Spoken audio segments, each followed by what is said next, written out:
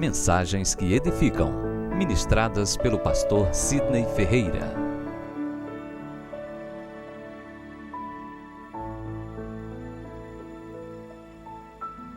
Gente, culto de ceia, a gente sempre traz uma ministração para a liderança.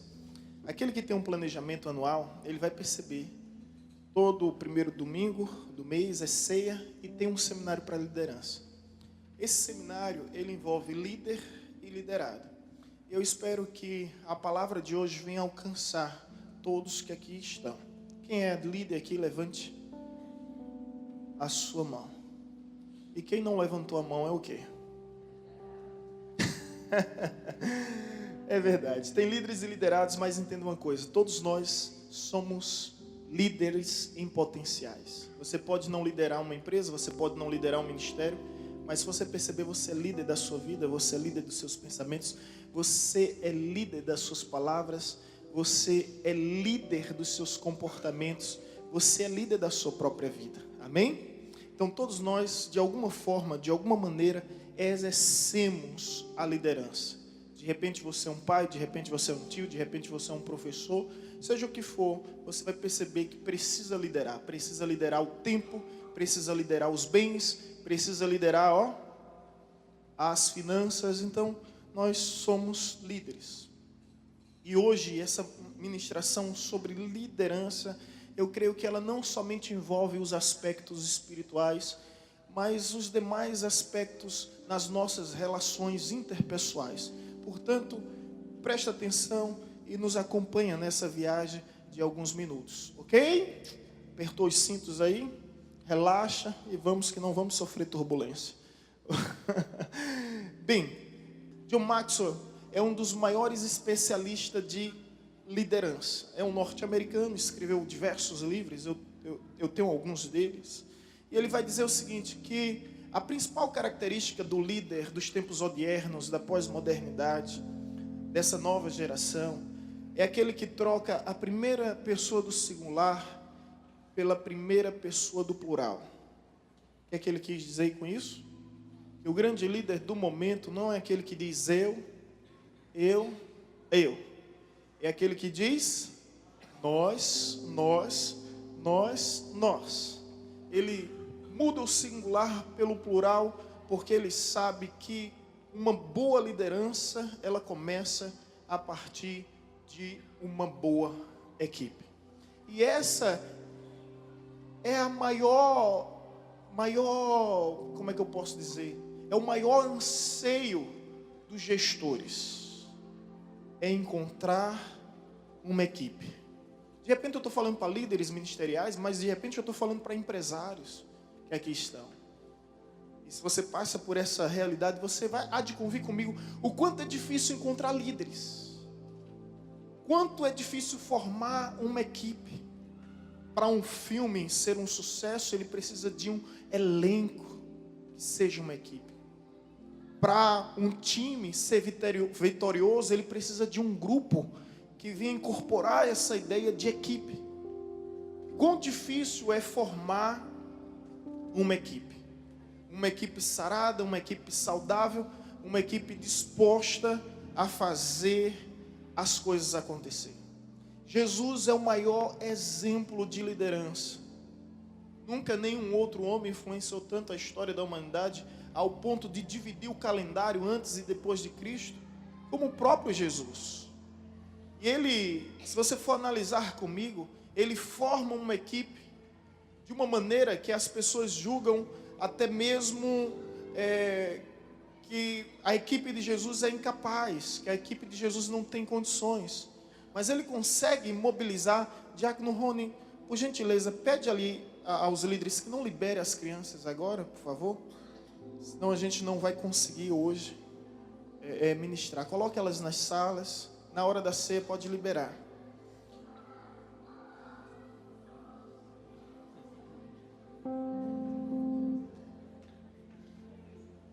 Enfim, então tudo começa a partir de uma liderança. A liderança de Jesus, ele não vai buscar os mais capacitados.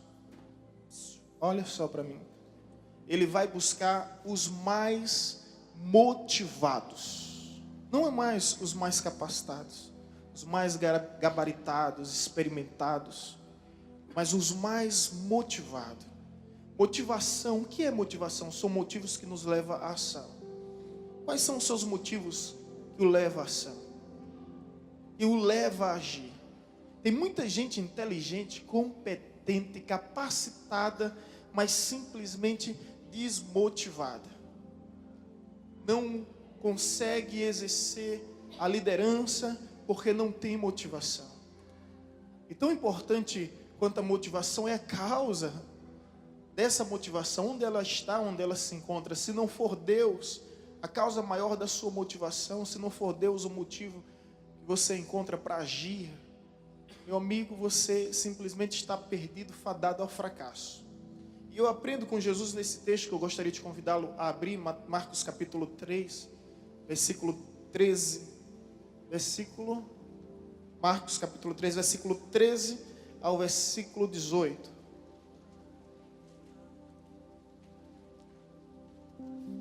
Aqueles que encontraram, digam amém. Deixa a Bíblia aberta aí, em nome de Jesus. Vamos ser rápido no gatilho aqui, tá? Marcos capítulo 3, versículo 13 e 19. O que é surpreendente na vida de Cristo, no ministério de Cristo, é que Ele formou uma equipe extraordinária, surpreendendo todos os conceitos existentes em sua época acerca de uma formação de equipe. E eu creio que Deus há de ministrar o meu coração, o seu coração, você como líder ministerial, você como liderado, a se enquadrar nessa realidade, e você como empresário, a viver esses conceitos que revolucionaram a história da humanidade. Então vamos ver como Jesus formou a equipe. Assim está escrito, versículo 13: depois subiu ao monte e chamou os que ele mesmo quis, e vieram para junto dele.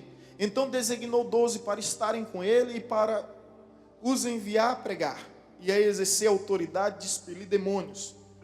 Eis os 12 que designou: Simão, a quem acrescentou o nome de Pedro, Tiago, filho de Zebedeu, e João, seu irmão, os quais deu o nome de Boanerges, que quer dizer filhos do trovão, André, Filipe, Bartolomeu, Mateus, Tomé, Tiago, filho de Alfeu, Tadeu, Simão, o Zelote, e Judas Iscariotes, que foi quem o traiu. Ok, vamos para esses conceitos de uma maneira prática e objetiva.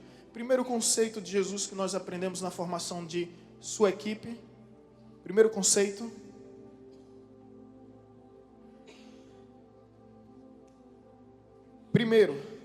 direção. Primeira coisa que Jesus avaliou, ele tinha que mudar o mundo. Ele recebeu uma missão do seu Pai, e a primeira coisa que ele precisava era de direção. E essa direção, ela acontece por meio de uma busca à revelação divina. Versículo 13, na parte A, você vai perceber que ele orou todas as noites. Ele orou todas as noites. Sabe o que isso nos ensina, irmãos? Que a liderança a gente não escolhe aleatoriamente. Ei, você, não tira por sorte. Tem que ter uma busca. Tem que ter um momento de entrega, um momento de consagração. E a Bíblia vai nos dizer nessa referência que está no slide, Lucas capítulo 6, versículo 12, o seguinte: naqueles dias retirou-se para o monte a fim de orar e passou a noite orando a Deus. Ou seja, retirou-se para orar e passou o quê? A noite buscando a Deus. Então, se você deseja formar uma equipe que não venha lhe trazer problemas, que não venha lhe trazer dificuldades, direção. Primeiro, busque a Deus.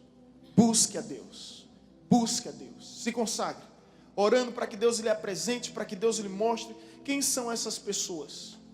Conforme está escrito. Gente, qual é o maior problema da igreja hoje? Qual é o maior problema da igreja hoje que Jesus identificou há muito tempo? A seara é grande, poucos são os ceifeiros. A seara é grande e os campos já estão prontos. Poucos são os ceifeiros. Agora Jesus é um líder fantástico, porque ele apresenta o problema, mas apresenta a solução. Não confie em pessoas que apresentam problema, mas não traz solução. Se você vier trazer problema, meu irmão, sem solução, você gerou outro problema. Você já percebeu que uma pessoa que traz problema sem solução, ela gera outro problema? Se você identificou um problema, apresente a solução ou seja a solução. Eu costumo dizer que Deus sempre mostra o problema a quem Ele quer usar para ser a solução. Ele mostra o vale de ossos secos a quem? A Ezequiel. E quem Ele usa para mudar aquela realidade? Quem? É Ezequiel. E se você for observar, existem inúmeros exemplos na Bíblia. Eu louvo a Deus por muitos irmãos. Uma em especial é Rosália. Rosália é você mesmo, Rosália. É você mesmo. Ela infringindo a testa. Rosália, ela chegou várias ocasiões, você está lembrada disso? Pastor Cantina, estou aqui. Pastor Família, estou aqui. Pastor, isso, estou aqui. E ela tinha essa iniciativa, não é, Rosália? E ela tinha essa iniciativa, que bênção. Pastor, intercessão. 4 anos na intercessão, Rosália? 5 anos, 5 e meia e 6 e meia aqui na igreja, gente. Intercessão, estou aqui. Ou seja, sendo a resposta para a sua oração, para aquilo que Deus lhe mostrava. Então, meu irmão, não traga problema se você não tiver uma solução ou não tiver disposição para ser a solução para essa situação. Então, Jesus apresenta o problema, mas Ele dá de imediato a solução. Ele diz, a seara é grande, os campos estão prontos, mas falta ceifeiro. Qual é a solução? Qual é? Quem é bom de Bíblia? Quem é bom de Bíblia? Rogai ao Senhor da seara que envie ceifeiros para a sua obra. Não é seminário, não é escola bíblica dominical, não é cursinho bíblico e acadêmico e teológico. Não é. Deus só vai levantar obreiros na igreja a partir do momento que a igreja orar. Eu quero te convidar, a partir de hoje, orar para que Deus levante pastores, pastoras, profetas, ministros, ministras, evangelistas, para que Deus levante missionários e missionárias. Posso ouvir um amém? Amém? Glória a Deus por isso. Gente, você sabia que no campo missionário existe mais mulher do que homem? Você recebeu o jornalzinho do pastor Thomas? Você percebeu que tem mais mulher do que homem ali? Muito tempo a igreja na história, ela quis vetar, amordaçar a mulher. Mulher não pode falar, mulher não pode... Tudo por causa de uma interpretação, gente. Permitam, eu preciso falar isso porque eu sei que eu vou esclarecer dúvida. Você vai ler o texto de Coríntios. Diz, é necessário que a mulher fique calada na igreja. Coríntios é uma outra cultura. Tá do outro lado do mar Mediterrâneo. Coríntios está na Grécia, a Grécia está na Europa. Jerusalém, Israel, está no oeste asiático. É uma outra região. O que o apóstolo Paulo está fazendo é se contextualizando a cultura existente daquela época. As mulheres tinham como obrigação cuidar da casa, por isso elas não iam às escolas. Não indo às escolas, elas eram o quê? Analfabetas. Então elas não sabiam o que estava sendo pronunciado, então gerava muita dúvida. Então, para que essas dúvidas não acontecessem, separou mulher de um lado, homem de um outro, que até hoje tem uma denominação que se diz cristã que faz isso. Mulher de um lado, homem de outro, véu, que não é bíblico, para a cultura judaica, mas uma cultura gentílica. Então separa, e mulher não pode perguntar a homem. Isso é tão simples, tão prático. É como colocar a gente aqui numa aula de matemática aplicada, numa aula de economia. A gente, pelo menos eu, vou ficar um pouco perdido, apesar da formação em administração. Aí eu vou perguntar a Devânio, o que é isso? Devânio, o que é isso? Devânio, o que é isso? Aí Devânio vai dizer, cala a boca, pastor, deixa o curso acabar e depois você me procura. Deu para entender? Fica, Paulo Rogério, o que é isso? Paulo Rogério, o que é isso? Os nossos engenheiros aqui ficam perguntando direto. Então, olha, vamos organizar essa coisa aqui. Mulher de um lado, homem de outro. Não é lícito a mulher perguntar a um homem. Pergunta em casa. Então, não existe uma limitação, uma censura às mulheres. Isso é bom deixar muito bem claro. E voltando ao assunto que nos interessa, vamos orar, irmãos, para que Deus nos levante. As mulheres foram vetadas, você vê onde é que elas encontraram espaço no campo missionário. Sabe quem é que mais evangeliza os povos não alcançados? As mulheres. Você vê o jornalzinho do pastor Thomas, está lá. Você já viu um homem sozinho nesse jornalzinho? Alguém tem um jornalzinho aí? Alguém percebeu um homem sozinho? Não tem, né? Acaba covarde, terrível. Olha lá a irmã olhando Jéssica. Tem um homem sozinho aí, Jéssica? Não tem. Mas estão aí as mulheres guerreiras, valiosas, valorosas. Pastor Poyog-Chu da Coreia do Sul, se Deus quiser, mês que vem eu vou estar lá na igreja dele. O que ele diz? Que o ministério de Jesus começou através das mulheres. Jesus estava sempre ao redor das mulheres. Sabe por quê? A maior igreja do mundo, viu? Vanessa estava falando aqui sobre crescimento. A igreja dele só tem 100 mil membros. Perdão, é um absurdo a quantidade de membros. 100 mil membros dentro da igreja. Eu perguntei, meu Deus, como é que pode? Mas existe estádios, ginásios que comportam mais do que pessoas. E a estrutura da igreja, do mega templo, cabe 100 mil pessoas cultuando nos domingos. 7 cultos no domingo. Sabe como foi que ele disse? Meu Deus, como é que eu vou evangelizar esse povo? Como é que eu vou evangelizar esse povo? Deus sussurra no ouvido dele. Comece com as mulheres. Comece com as mulheres. Aí ele vai olhar na Bíblia e ver que Jesus sempre estava envolvido com as mulheres. Tudo que Jesus ia fazer, ele incluía as mulheres. Ele incluía as mulheres. Amém? Então, encerrando aqui o assunto, deixando bem claro. É só nível de aprendizado, né, gente? Oi? Muito bem. Olha, a nossa irmã Rosália está lembrando que a primeira missionária da ressurreição foi uma mulher. Ele apresentou logo a Maria Madalena. Dizem as más línguas, que ele queria que a notícia fosse propagada o mais rápido possível. É as más línguas que falam isso, né? Estrategista esse nosso Jesus. Então ele de repente estava todo mundo sabendo. De repente estava todo mundo sabendo. Mas isso são as más línguas que dizem, tá? Não há comprovações científicas para isso. Então o que vem ao caso aqui é que Jesus apresenta o problema, mas de imediato a solução. Qual é a solução? Orai ao Senhor da Seara. Igreja, ore. Vamos orar para que Deus levante obreiros. Congregação, parabéns Marcondes, como líder obreiro, um líder do Ministério da Vigília. Parabéns, vamos orar para que Deus levante mais congregações, levante mais evangelistas como Éder, e que nós venhamos ter mais congregações, e não só congregações, como povos não alcançados. Então, em primeiro lugar, direção. Tem que buscar a Deus, gente. E Deus falou muito isso ao meu coração. Não adianta fazer curso de teologia, seminário. Tem que orar. Porque quem levanta é Deus. Quem escolhe é Deus. É Deus. A Bíblia nos diz que foi o Espírito Santo que separou Paulo e Barnabé para a viagem missionária. Quando a igreja começa a orar, o Espírito Santo começa a levantar homens e mulheres para fazer a sua obra. Amém? Segunda realidade, além de direção, o que é que há? Decisão. Você teve a direção, agora você tem que ser macho, né? Tem que ter hombridade, tem que ter postura, tem que ter pulso para estabelecer a vontade divina. Ok? Às vezes eu me preocupo. Em várias ocasiões eu me vejo assim, de não escolher uma pessoa por afinidade, por vínculos fraternais, mas escolher a pessoa que Deus mostrou, que Deus direcionou, que Deus apontou. Então, decisão. Todo homem de Deus é um homem de decisão, e Jesus teve decisão. Quando eu falo essa decisão, estabelecer a vontade divina, é buscar na terra um reino teocrático. Venha o teu reino sobre nós, seja feita a tua vontade. Venha o teu reino, seja feita a tua vontade. Eu louvo a Deus pela liderança dos jovens. Louvo a Deus pela liderança dos jovens. Os jovens estavam em conflito no ano passado, com a distância, com a dificuldade de Janderson de ir e vir.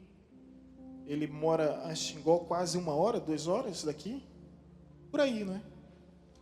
Coloquei uma relação de 5 nomes e comecei a orar por esses nomes. Eu tinha certeza que um desses estavam lá, que seria um desses.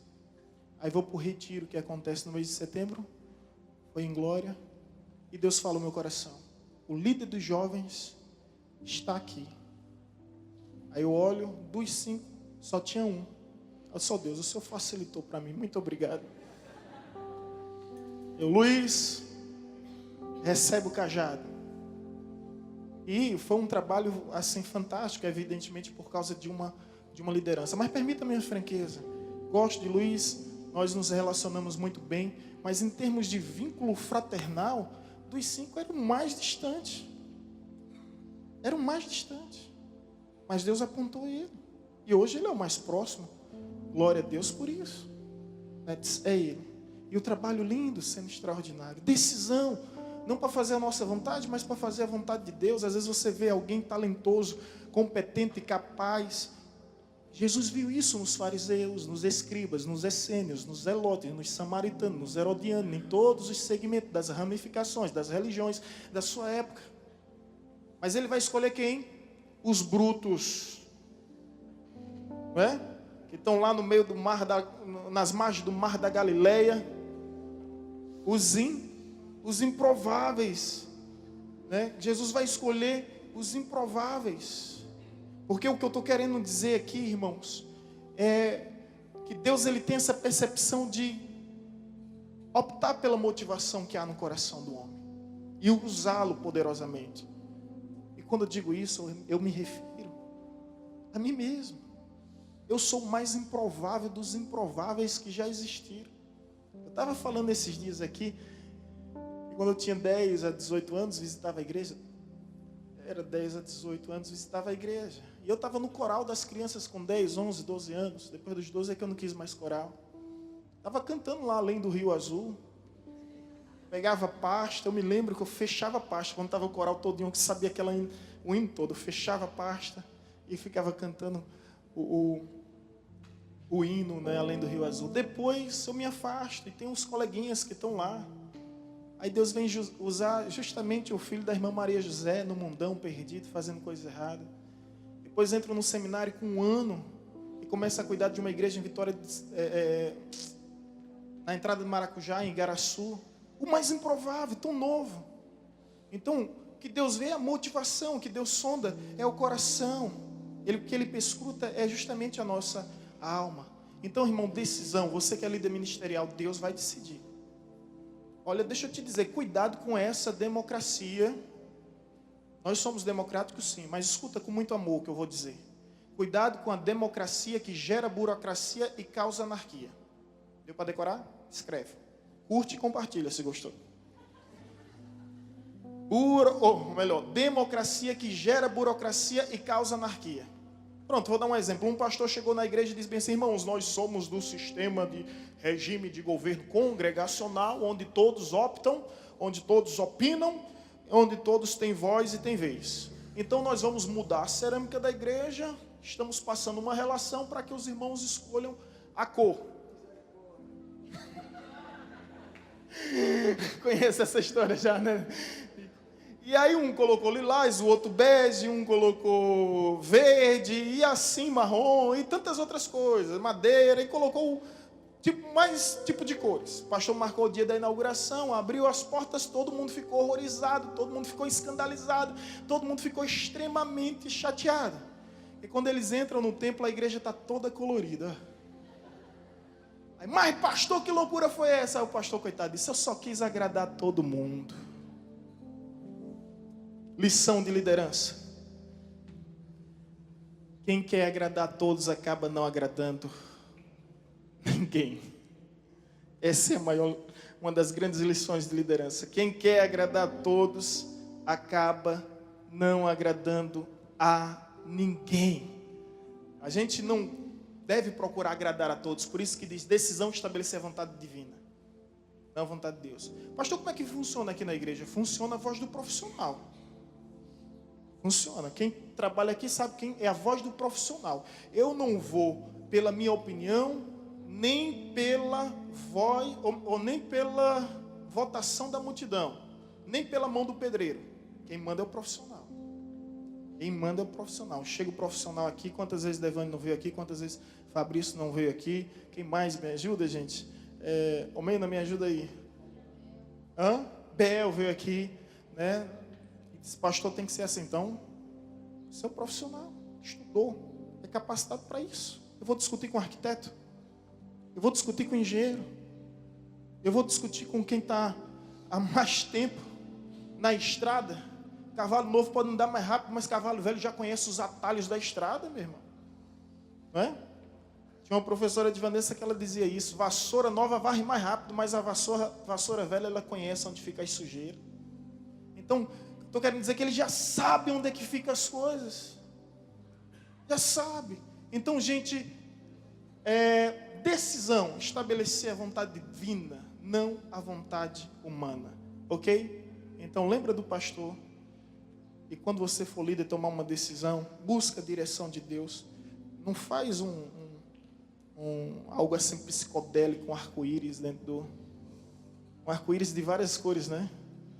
Eu tenho certeza que se Maria José chegar aqui e perguntar para as mulheres: mulheres, vamos louvar. Eu trouxe aqui sugestão de 5 canções. Ela vai sair mais doida do que veio. Vai sair com 10 sugestões sem nenhuma escolha.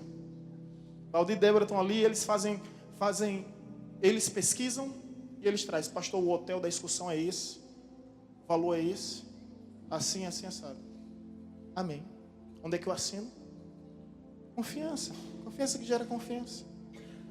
Entendeu? E as coisas funcionam assim.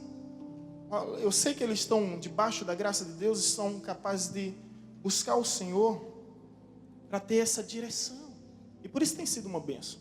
Eu acho que é um evento mais caro que nós temos, e o evento que divulga um domingo, no outro já não tem mais vaga. Mas cuidado com a democracia. Gente, eu diria o seguinte da democracia: entre os governos, o sistema de governo é o menos pior que existe. É o menos pior que existe. Ok? Próximo conceito, próxima direção, próximo item: eleição. Selecionou sua equipe sem pedir votos. Versículo 13. Olha comigo.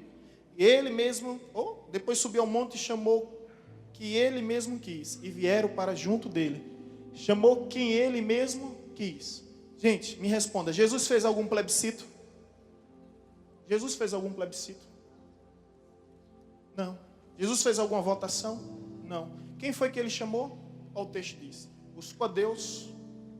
O homem que busca a Deus, ele agora tem autonomia, porque a confiança em Deus, ela gera uma autoconfiança. E ele agora chama quem ele quis. Ele está na direção do Pai. E agora ele diz: você. Agora escuta bem: milhares e milhares de pessoas seguiam Jesus. Dessas pessoas ele escolheu 70 para ser discípulo, 12 para ser apóstolo, 3 para ser amigo e 1 para ser irmão, que foi João. Jesus nos ensina a ser seletivo, meu irmão. Jesus nos ensina a ser seletivo. Então não tem condições de comportar todos. Você que for fazer um casamento, não faça a loucura que o pastor Sidney fez em 2006. Eu convidei todo mundo da igreja. Nunca mais eu faço isso na vida. Com os meus filhos. Foi rápido, não foi? Com os meus filhos. Com Gabriel e com Sara. Entendeu?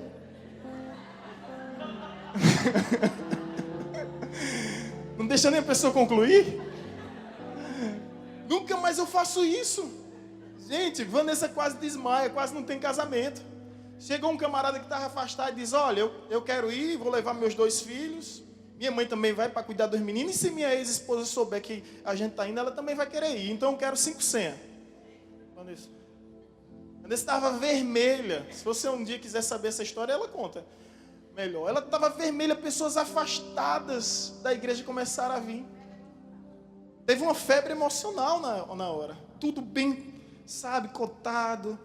E o pai dela financiando tudo. A igreja nos ajudou com uma parte. Né? Um presente, na realidade, um presente bem simbólico. Justamente para que a gente pudesse convidar. O meu prazer era que todos estivessem, mas eu não posso fazer essa festa. Me conformo com o fato que Jesus vai fazer. E nós todos vamos estar lá. Amém?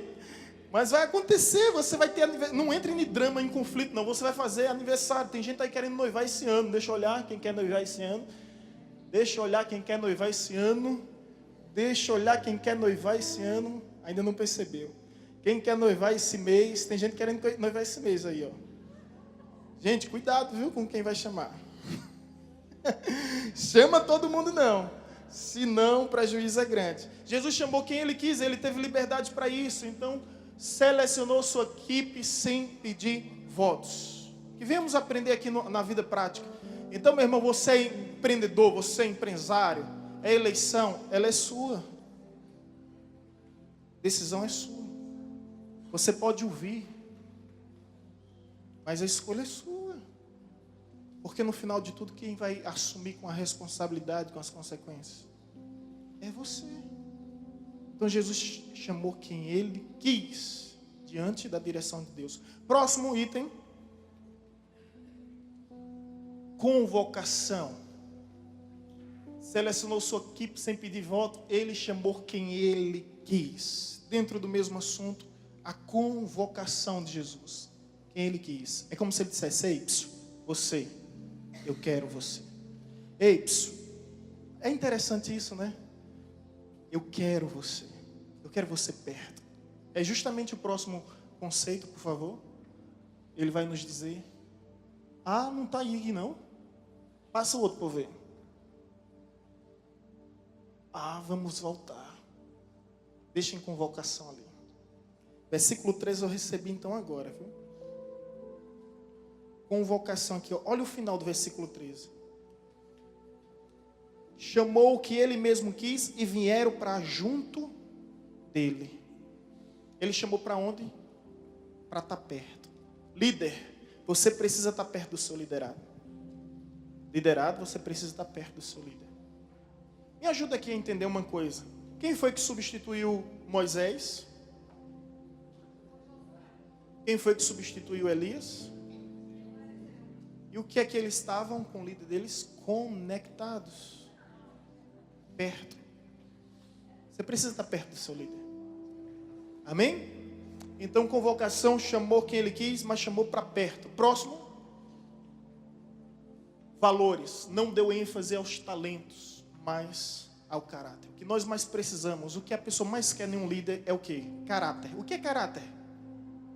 O que é caráter? Olha o que é caráter aqui. Olha bem para mim, por favor, em nome de Jesus. Ter cara. Isso é caráter. Ter cara. Aquele que tem cara, ele é um homem de cara tem. Caráter. Aquele que tem cara. Aquele que dá a cara. Aquele que mostra a cara. Não era isso que uns cantores diziam aí, um cantor, né, que já falecido. Brasil, mostra a tua cara. São líder, aquele que mostra a cara. Então, ele não chama, os valores não é baseado em talentos, mas é baseado em caráter. O que nós queremos da liderança, dos líderes, são caráter. Aquele que tem cara, que tem respaldo, que tem moral. Não pode haver divergência entre o que ele fala e o que ele vive. Nós pregamos o que vivemos e vivemos aquilo que pregamos. Nos conceitos morais. Nos conceitos morais. Não pode haver mancha na vida de um líder. Ok? Então não deu ênfase aos talentos, mas ao caráter. Próximo. Análise. Convocou pessoa que eles conheciam e confiava, e não estranhos. Veja o versículo 16 e 19, eu vou ler. Eis os 12 que designou Simão, a quem acrescentou o nome Pedro, Tiago, filho de Zebedeu, e João, seu irmão, as quais deu o nome de Boanerges, que quer dizer filho do trovão. André, Filipe, Bartolomeu, Mateus, Tomé, Tiago, filho de Alfeu, Tadeu, Simão, Zelote. Em suma, vamos para o slide aqui. Conhecia o indivíduo e sua procedência ao ponto de citar seus nomes e o nome de seus pais. Não convide estranho. Há quem diga, os adágios populares, né, dos mais antigos, dos nossos avós, nós devemos preservar por esses valores. O que é que ele dizia? Quer conhecer uma pessoa? Coma 1 quilo de sal. Quanto é que dura 1 quilo de sal na sua casa? Mulheres, me ajuda. Oi? Hã? 2 meses? A Elba mora sozinha, né? Dura 1 ano, né? Em casa dura quanto tempo, filha? Em casa dura 6 meses. Agora, coma 1 quilo é você sozinho, igual a Elba, viu? Então, leva tempo, gente. Então... Olha só, então leva tempo. O que os antigos queriam dizer? Como um quilo de sal com uma pessoa para saber quem ela é? Leva tempo. E o que é que Jesus nos ensina? Não escolha estranhos. Não escolha. Gente, eu vou lhe dizer o seguinte: isso aqui, ó. Escuta, em nome de Jesus. Isso é um complemento do ministério. Púlpito, altar. Isso é um complemento. Eu diria que isso aqui é a ponta do iceberg. Isso aqui, eu diria melhor para que você possa entender. Isso aqui é a cerejinha do bolo. Quando você olha para o bolo, você presta atenção logo na cerejinha, né? Mas isso aqui é apenas um complemento. A vida ministerial vai muito além disso aqui. Muito além disso daqui. Eu não posso abrir meu coração nem desabafar, porque o altar não é lugar para isso. Mas se eu pudesse, meu irmão, mostrar o peso do cajado na mão de um pastor, você ia orar por todos os dias pela minha vida, dizendo misericórdia, misericórdia, misericórdia, misericórdia. Mas isso é um complemento. O pastor Mariano esteve aqui, né? Ele falou uma coisa interessante. Ele disse: estou trazendo uma lasanha aqui, mas a substância está no feijãozinho do arroz. Pastor de vocês. Essa substância que sustenta. Eu entendi o que ele quis dizer, né? Quer dizer que o que nos sustenta no dia a dia é justamente a substância do feijão com arroz. Mas, deixa eu te dizer uma coisa. Nicole vai gostar disso. Eu louvo a Deus por cada pregador que vem aqui. Não tenho ciúme do altar. Tenho prazer e satisfação em compartilhar o altar. Desde que alguém um dia chegou para mim e disse bem assim: pastor, por que o senhor tem tanto zelo pelo altar? Aí eu respondi a ele: é porque eu não sou o noivo. Eu sou o amigo do noivo. É o que João responde. E como amigo do noivo, eu tenho que apresentar a noiva adornada e ataviada. A pessoa entendeu o que eu quis dizer. Mas quantos escândalos não há? Por exemplo, há uns 2, 3 meses, vem alguém aqui no meu gabinete, eu vi vocês comendo. Pastor, vamos trazer perla para a cidade, isso, tal, Paulo Afonso, tal. Aí ela está vindo para a Bahia, vai ser bom, vai ser maravilhoso, a oferta é mínima. E assim, todas as circunstâncias pareciam favoráveis. Mas Deus tem que bradar no coração. A gente vai ouvir a voz de Deus. Se trouxesse, seria em questões de 15 dias, ela voltando para o mundo. Ficaria feio, né? Todo pastor pode cometer esse desvaneio, esse lapso. Mas o que eu estou querendo dizer é que a gente tem que ter zelo com o altar. Zelo. Então, Nicole vai gostar disso, sabe por quê? Vem um pastor de fora trazendo lasanha, é bom, é gostoso, mas lembre que ele vai voltar para a casa dele. E quando você estiver doente, quem vai te visitar é nós. Quando você estiver mal, quem vai te procurar é nós. Quando você morrer, quem vai consolar teus familiares é nós. Então respeita o feijãozinho com arroz do teu pastor, viu? Porque quando chegar lá no céu, não é esses conferencistas internacionais não que vão prestar conta da tua vida. Sabe quem é? É nós. Deus não vai cobrar nenhum desses conferencistas, vai cobrar eles a pregação. Mas com nós é diferente. Vai dizer: e fulano, e cicrano, e beltrano. E aí eu digo: você não sabe o que é a vida do pastor. Orar pelas ovelhas de madrugada, sentir essas dores. Gente, permita-me dizer isso. Psicólogo, psicanalista, psiquiatra são instruídos a não ter vínculo fraternal com ninguém. Eu tenho uma concunhada que é psicóloga e ela vive de análise, porque todo psicólogo tem que viver de análise. Agora escuta só, eles não podem se envolver e eles têm um tempo. Opa, seu tempo acabou até mês que vem ou até semana que vem. Pastor é diferente. Pastor é um homem como qualquer outro homem, mas pastor não é um homem qualquer. Acaba o culto, vem um irmão procurando: pastor, fui promovido, você se alegra. Mas vem o mesmo irmão em outra ocasião, outro irmão no mesmo dia, outro irmão no mesmo dia diz: pastor, fui demitido. Você sente. Vem um casal de noivo, diz: pastor, a gente vai se casar. Ou até de casado: pastor, a gente nós estamos grávidos, você se alegra. Mas vem outro, pastor, nós estamos nos divorciando. Você não dorme. Você não dorme. No dia a dia você vai para o hospital, para a maternidade, mas você sai do hospital, vai para o cemitério fazer um funeral. Você faz um casamento, uma formatura no mesmo instante, mas vai no hospital ver o que está no leito. Na clínica ver o que está doente. Na casa ver o que está doente. É um misto de emoção, é um turbilhão. A Bíblia diz, lança para Deus toda a ansiedade, porque Ele tem cuidado de vós. E aí onde você desabafa? No altar de Deus. E às vezes tem problemas de natureza íntima. Você tem que guardar aquilo com você. É difícil, gente. Aí você viu aí o padre Marcelo Rossi com depressão, o padre Fábio de Mello com ansiedade, né, com síndrome do pânico. Eu entendo o que eles passam. Eu nunca tive depressão, nem gosto dela, nem quero vê-la. Mas esses dias, com essa frustração de Israel, eu vi o vulto dela passando no meu quarto. Eu vi o vulto.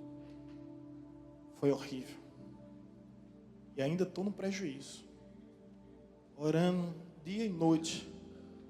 Porque eu tenho um compromisso com as pessoas que investiram e que me emprestaram até. Você não sabe como foi horrível, como tem sido horrível. Mas enfim, vida de pastor é assim. É um homem como qualquer outro homem, mas não é um homem qualquer. Portanto, respeita o feijãozinho e arroz do teu pastor. Quer ajudar teu pastor? Esses dias Nicole estava lá no... Não é isso, Nicole? Nicole estava falando. O pastor tem 10 anos, vou dizer o que ele disse. Tem 10 anos de igreja, eu nunca vi o Senhor repetir uma mensagem. Louva a Deus por sua vida. Se dependesse de mim, só estava o Senhor. Aí eu, ainda bem que não depende de você. Eu preciso sentar para ouvir. Mas estava Nicole e alguns irmãos, 4 irmãos. Vamos ajudar o pastor para ir para Israel realizar o sonho. Aí eu não disse nada, fiquei calado. Disse, basta comprar o cartãozinho, os CDzinhos. Vai nos ajudar. De grão em grão a galinha enche o papo, por menor que seja. É uma grande diferença. Mas, voltando, concluindo o assunto, lembra do feijãozinho com arroz do teu pastor, viu? Feijãozinho do arroz com o teu pastor. Você tem a casa dos seus pais, a casa... E você sabe, você pode comer em qualquer restaurante, você sempre vai sentir falta do alimento dos seus pais. Próximo item. Gente, sobre análise, ele convocou quem ele conhecia, ele convocou quem ele confiava. Ele chama o cara pelo nome, pelo sobrenome, e chama quem? Os pais. Não é? Vocês perceberam isso, né? Chama o cara pelo nome, sobrenome e ainda cita os pais. Tinha vínculo. Conectividade. Escolheu pessoas que estavam com ele para permanecerem com ele, manter convívio. Vieram para junto dele, designou os 12 para estarem com ele. É o que o versículo 14 diz, né? Então designou os 12 para estarem com ele e para enviar a pregar. Conectividade. Líderes e liderança. Vocês têm que inventar coisa para estar junto. Tem que inventar batizado de boneca, coisa do tipo assim. Tem que estar junto.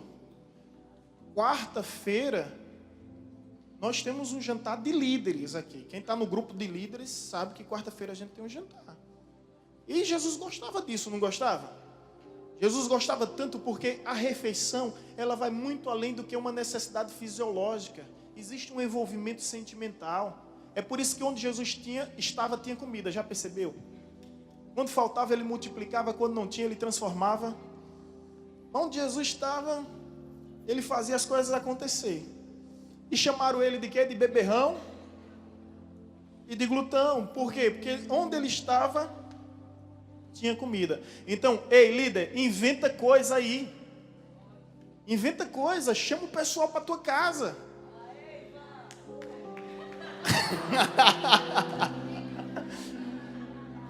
Ele está fazendo tela crente aí. Ótimo. Muito bem. Olha, ontem depois da sopa, ficou a turma lá, tomando sopa. Gente, esse momento da sopa vai ser lembrado daqui a 20, 30 anos, sabia? Vai ser lembrado daqui a décadas. Esses momentos, eles eternizam em nossa vida.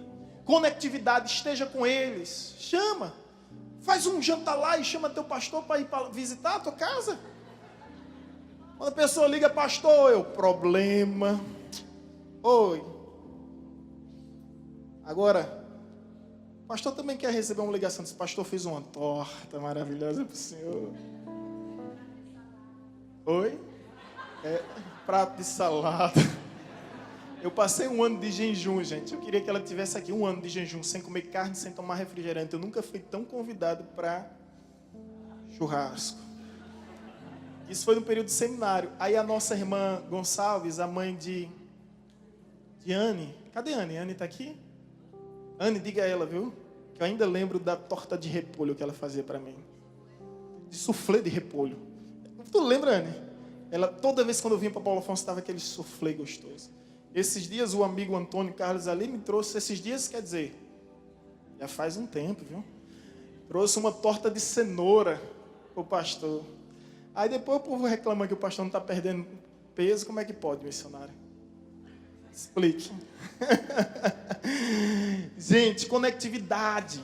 Olha, não liga para o teu pastor somente. Eu louvo a Deus porque ocasionalmente eu recebo uma mensagem de Marcondes. Isso é raro. Pastor, como o senhor está? Está bem? Estamos orando por sua vida. Pastor precisa se sentir pastoreado. Pastor precisa se sentir. Pastor faz casamento, fica no casamento até o final. Ajuda o pessoal, às vezes, até recolher as cadeiras. Padre faz casamento, eu vejo isso. Vai embora. Eu fiz um funeral de uma pessoa que não é nem da igreja. Fiquei lá até o final. O padre fez o funeral, foi embora. Acompanhei até o cemitério. Aí a pessoa que não é da igreja e é católica chegou e disse assim, eu achei muito interessante. O senhor ficou até o final. Deus lhe abençoe. Ela nunca veio à igreja. Nem antes, nem depois. Mas eu sei que ali foi um diferencial na vida dela. Foi um diferencial na vida dela. Conectividade. Próximo item. Comissionamento. Delegou responsabilidade. E o revestiu de poder e autoridade para desempenharem suas funções. Ei, você que é chamado. Chamado não é só privilégio. Chamado é responsabilidade. Sabe qual é o nosso problema? Que muitos querem um status. Mas cuidado, meu irmão. O reino de Deus é diferente. O reino de Deus é diferente. Muitos querem o status do cargo, mas esquece que ministério é serviço. Muitos querem ser visto ao invés de serviço. Você já parou para perceber que ninguém que Deus chamou quis ser chamado? Pode olhar. Só Maria, mãe de Jesus. Mas o resto também porque ela viu um anjo Gabriel reluzente, dizendo, descerá sobre ti o Espírito Santo e o poder do Altíssimo. Não tinha nem como recusar. Mas você já parou? Por quê, pastor? Por causa da consciência da responsabilidade. Por causa da consciência da responsabilidade. Sabe o que está escrito? Maldito aquele que faz a obra de Deus relaxadamente. Sabe o que Deus quer dizer com isso? É melhor que não faça do que fazer de qualquer forma, de qualquer jeito. E a partir do momento que você se compromete em fazer, você torna-se maldito. É forte isso, né? Muito forte isso. Então, comissionamento, delegou responsabilidade e revestir de autoridade. Agora, ministério tem privilégio, mas tem responsabilidade. Agora, Deus não dá responsabilidade a ninguém sem antes se revestir de autoridade. Isso é forte. Se Deus te chamou, Ele vai te revestir de autoridade. Eu sei o que é isso, porque com um ano de evangelho, minha esposa é testemunha, o pastor Moreira, que já foi pastor dessa igreja, e eu agradeço a ele por isso, não tenho que resmungar quando eu sei que Deus é que escreve minha história. Ele me pegou e jogou lá em Vitória, entrada do Maracujá, em Igaraçu, me jogou na igreja, cuida da igreja. Eu fiquei lá. E foi difícil. Sabe o que é que faltou? Chamar à frente aquilo que a gente faz toda virada do ano, todo o primeiro culto do ano, chamar à frente, ungir cada um e dizer, olha, eles estão revestidos de autoridade. Por isso que eu insisto em fazer isso. Perante toda a igreja, ungir, orar, consagrar e dizer, eles estão revestidos de autoridade para exercerem essa responsabilidade que têm. Foi o que Jesus disse. Jesus diz bem assim, agora toda autoridade é minha e em meu nome vocês vão para todos os povos anunciar a todas as criaturas. É isso que Jesus faz. E no fim, versículo 15 vai dizer: e exercer a autoridade de expelir demônios. Amém? Jesus formou a maior equipe da história. Nunca houve uma equipe tão eficaz. Porque em 3 anos, essa equipe trouxe um marco, como até hoje jamais foi visto. E ele nos ensinou esses conceitos de sabedoria, esses princípios, melhor dizendo, de sabedoria, para que venhamos formar essa mesma equipe e dar continuidade a essa mesma missão. Amém?